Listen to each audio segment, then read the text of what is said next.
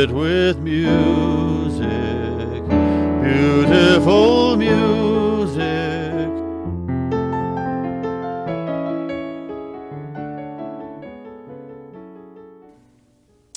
Hello, I'm Fred Miller, and this is yet another lecture in song. My musical history leading up to lectures in song goes back to my childhood in Albuquerque, where I had a wonderful classical teacher, got grounded in Bach, Beethoven, and Brahms. And then I turned 13 the very day that the Beatles arrived in America, so I was a devotee of the top 40 throughout my teens. And that period ended at the age of 18. I hitchhiked with a friend from New Mexico to the Woodstock Festival. I'm even in the poster there. But that was it for rock music. I went to college for just a few months, then traveled all over the country, and finally settled in Greenwich Village. And somehow or other, somebody gave me an album of Ella Fitzgerald singing Cole Porter, and that was it. American popular song. This glorious golden age. I had lived through it in a way, through being a kid of the 50s, but it had noticed. Now I noticed.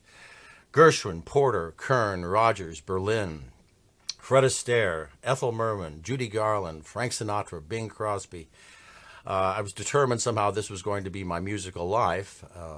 And I came up with the idea about 30 years ago of doing lectures in song, doing profiles of the great personalities and some aspects of American popular song.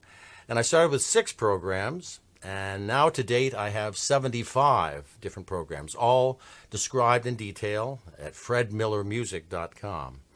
The program today is going to deal with the Academy Awards. I have several Academy Award programs. I have one on just the nominees. I have one on actually a 2-part program on just the snubs, the ones that there were so many wonderful songs.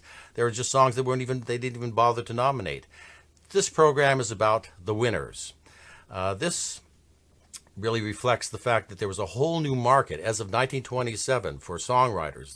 These songwriters had all thrived in the teens and the 20s in Tin Pan Alley and on Broadway.